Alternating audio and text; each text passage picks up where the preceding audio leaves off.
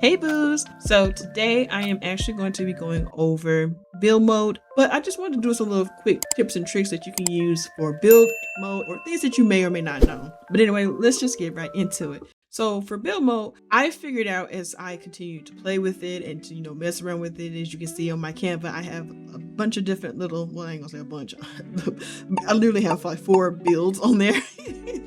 I think it's 4. Yeah, 4 builds on there. And they all are different in their own way. Of course, I have the backrooms one, and I have the stores that I have, and of course, one house. But what I've learned while doing those things or while making those, that I like using platforms more than I like using foundations. Now, this is what I might mean by this. So I'm going to first start with this regular platform, because the very first lesson is platforms are king compared to foundations, as far as like customizing it. So what I did is usually start with like a base like this. Since you cannot copy them, just use the standard, this right here. Now it's going to, of course, oops, I did that too weird. Sorry. Here we go. There we go. Now I'm going to pull this down. And what I'm going to make today is kind of like you're going to see what it is. Okay. That's the best way to explain it. You're just going to see what it is. Okay. So I'm going to put that there. Now, as you can see that it's like bunching up. It's basically trying to give you like a stair step, or like you can step up, but we're not doing that. Again, we can do that later on. And the biggest thing that people don't understand about build mode is that you have to make sure that your foundation area or anything that you're going to do, like platforms, walls, you got to make sure all of that is in place first before you start decorating. Because if you try to decorate with all these others and then try to go after with like platforms or walls, it will delete some of the things that you already started decorating. So, that's lesson 101. Make sure everything that you want to do is already in place before you start decorating. So I'm going to put this here, and all you need to do for here is to make sure that you go up and down with the square, not with the arrow, but with the square, and make sure it's leveled. Now, I'm not going to make a full square, if that makes sense. I'm going to show you in a second. Oops, went down too low. That's my bad. Oops. All right, there we go. And then I'm going to do the same thing on this side. There we go. Same thing goes for the pools. The pools are not forgiving as well. You cannot put them on platforms, as you can see. You can't put them on platforms. So this is what I figured out that I can do if I wanted to make a specific pool looking area. I can do that. Spiffy, right? And it's going to encase the entire pool.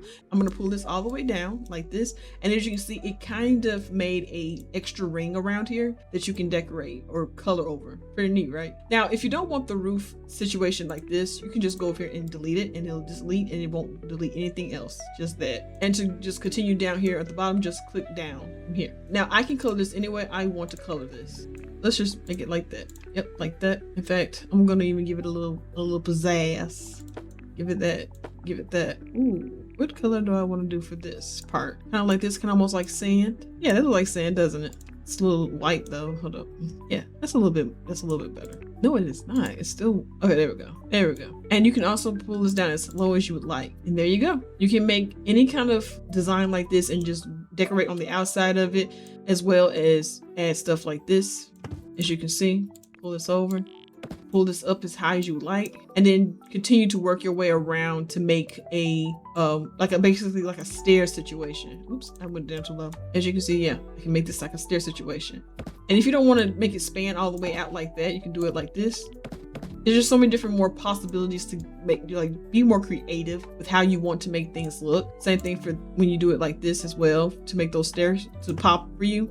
But also be very careful, because sometimes it will like push your current thing and push it back and make it look weird. But again, the whole point of this is just to make sure that you get it the way you want to at first in the beginning, and then work your way around. The last thing you want to do is go back, oh, this will look good, and then you find out, whoops, I can't do that. Oops, I'm trying to do that more than one go over. There we go. And it does it just like that for you. So you don't have to worry about it overriding something that you've already worked on. As you can see, pretty darn spiffy. And then you can continue to work on using more platforms to do this right here. So like I said, platforms give you much more creative freedom to expand your downstairs over foundations, because foundations have to have stairs. And I noticed with that comes you have to get a certain level before before you can put stairs down. Hopefully they do change that in the future, but I found that a workaround is best to use platforms, because this way you can make any kind of stairs you want and it looks more seamless and nice around your homes. So, and then you can just put whatever you want right here, and you can pull this out as far as you like, as you can see, without worrying about messing with everything else. And I can put whatever walls up I would like. It's the fact that your walls go through those platforms, and so you need to use like the tallest walls if you want them to have a specific height that you want to see. So, and if you want to change your wall height, sorry, that was my bad. I forgot that you can change it up. Like if you want to change your wall height and it won't let you just, for instance, choose the 4.8 wall meter height or this one, you can always just push it up twice to get what you want, because it's going to start here, then it goes here into here, and that'll be twice, and that'll be the 4-meter walls. So, and it'll continue without breaking the continuity of that. And then again, you can just style it the way that works best for you. And there you go. And again, make sure you do all of your floor plans, whatever you're going to put on the outside as far as like foundations, or well, not foundations, but as far as platforms and walls and stuff. Even with you do foundations, you still have to do this, because otherwise if you try to do something else, it will just delete what you're working on, what you're decorating. But yeah, I can actually show you guys one that I did a while back. This is the one I made before I showed y'all how I did it, but this is how I figured out how to do it a while back. But this is one of the little things I've made. And I really like how it came out, and it gives this perfect like picture place where you can take a picture or doing things like that. But this is how I basically styled it with the platforms and gave it this look. It looks like a perfect party beach front. But yeah, so that's how platforms work in this game. And for me, they beat foundations with how much you can actually do with the platforms over foundations. And again, doing this before you start decorating is the best option, or the best way to do it, because that way, if you start putting stuff down and you do something very intricate, like say for instance, moving this tree in a certain way, if you try to put down a wall, which I can show you really quickly, it does that. It starts deleting things for no reason out of nowhere. Unless they're going to eventually add us like a lock in where we can lock items into the spot, which I feel like instead of doing that, maybe it would be better for them to not have things just disappear just because you put down a wall. But again, this is early access, and they still got some things to buff out. And I think I've seen this in the forums where people were saying that it worked more on build and buy mode for these kind of things specifically. But anyway, yeah, so foundations, platforms, you go to. Now, the next thing I would like to point out or to show, let me get it out of here. All right, so the next thing I would like to show are roofs and how I go about doing them. So, all right, so what I like to do for roofs is to make one that's kind of like this, like it's the centerpiece, as you can see. Now, when I grab it or make a copy of it, I can then better center it. So since this is my main piece, I can move it. I can delete this one if I want to. I can move it again, place it like this, and it'll have the perfect width for me. Now, if you want to like fix things up without doing that, you can shrink it in. Oops, sorry. If it let me, it's not allowing me. Wonderful. It acts exactly like what I don't want you to do. Okay, there we go. I can shrink it in like this, make it up high like that if I want to. And then I can copy this again, place it over here. It will still be the perfect dimensions. Oops, if I can place it on there right. Don't do that, game. And then make it small the way I would like for it to be. Now, I think I saw this a while back. I think someone kind of did this not only on here, but on Sims 4 as well. So shout out to them. I don't remember who the creator was, but I saw it a long time ago. But this is basically what that does. It basically keeps you from having to try to replicate everything and try to make it perfect when you can just do it from basically a blueprint or a template and just size it up the way you feel it should look. And as you can see, that made roofing a lot easier. Let me pull this over a little bit. There we go. But yeah, there you go. And that's how you get the perfect roof for your house, or at least near perfect, because with how the roofs kind of clip into one another, they don't look perfect, but they do look a whole lot better than they were a while back ago when they first came out, because they had a lot of clipping. Now, another thing I would like to go over pretty quickly is the droplet tool for placing or adding textures to a wall. Now, I'm going to go here and I'm going to put this here. and I changed the color to it. Let's see if I change it. You know, let's just do something different. Hold up.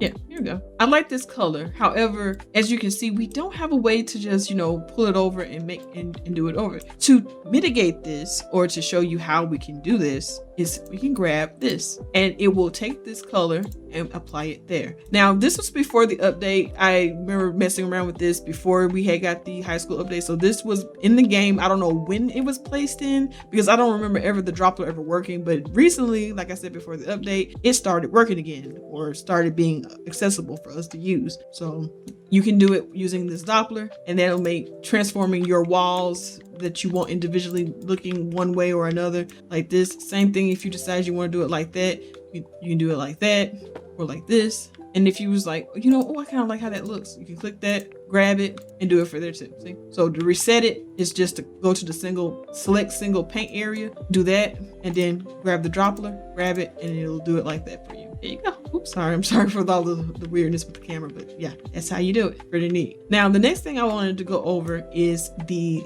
add single paint area selection. Now, I don't know if anybody knew about this or ever used this, but I'm here to show you. So as you can see, when I do that, it gives you one little area to do something in. So I'm going to do that, and I'm going to make that. That orange looks pretty cool for this. Okay, hold on. I might be using that for another time, but besides the point. And you can choose to do this any kind of way. This is more than just this. Oops, sorry. You can do it again right here. Just make sure that you click off, do this, click it again, bam. Oh, of course you decide to do that when I told you don't. Okay, sorry. You're supposed to click off of it completely, because otherwise it'll apparently be a menace. There we go, and do that. As you can see, you have now different pattern selections of wall, and like I said, you can also do this and do this, do it like that, or you can do a longer piece kind of like this. As you can see, you can do this also for the floors. It's not just for the walls, it's for the floors as well. So as you can see here, I can make one piece like that, click off of it, or click on this, and then do that as a whole right here like that. And yeah, and you can see you do it like that, and you can do it for specific areas that you want to get to have done. And if you don't want it for that anymore, you can just grab this, select this, the remove single paint area selection, and you can kind of remove it off of there. Yep, see? And if you can't see it, it's too grainy, just do this by turning off the hiding floor, clicking the hiding floor grid button up here at the top. If you don't want to, you know, look at all those lines, you can then see what you're doing with that turned off. And then you can get rid of that by clicking that and or the wall. And then go back in here and do this again. A little tedious, but if you're just trying to do something specific, this is perfect for that. And again, use this to get rid of those extra boxes that you didn't want to put on there by accident. Same thing goes for the wall. The wall does the same thing. Now, once you've painted it already, it does not remove for that. So just basically to get rid of that, you can just, you know, click it on, choose what you want it. Like for instance, say this, you see this, and then you place it on the other ones. And if you don't want that, again, push backwards to remove that. But yeah, this is the applying the Doppler tool to your walls and floors with the patterns you specifically want, and how to use the selection tool and remove selection tool. Another thing before we go that I wanted to mention is that if you want to add more than one item, you just hold down the shift key and place while you do so, and it will duplicate items for you. So pretty darn spiffy, if I do say so myself. It's a little wonky. Don't you judge me. But yeah, shift key, hold down the shift key as you place things, and it will place it wherever you want them. And then it'll add more, basically duplicates. But yeah, this will be the end of the video. Let me know what you guys think about this. Was this helpful? Did you feel that it was short, sweet, and to the point? And if you need me to go over some more things in build mode, just let me know down in the comment section, and I will definitely try to make it happen for you guys. So, you know, we can go through this together and learn and grow as this channel and community grows. We team inZOI, we team let them cook, and we hoping that the devs, as we continue to look through things, to fix those things and, you know, point them out when we need to, and then follow up with feedback. But yeah, anyway, and like always, if you like my content and you want to support your girl, leave a like, comment, or subscribe for more videos like these where I cover most things concerning cast, build mode, and life mode. And I'll see you guys next time. Bye.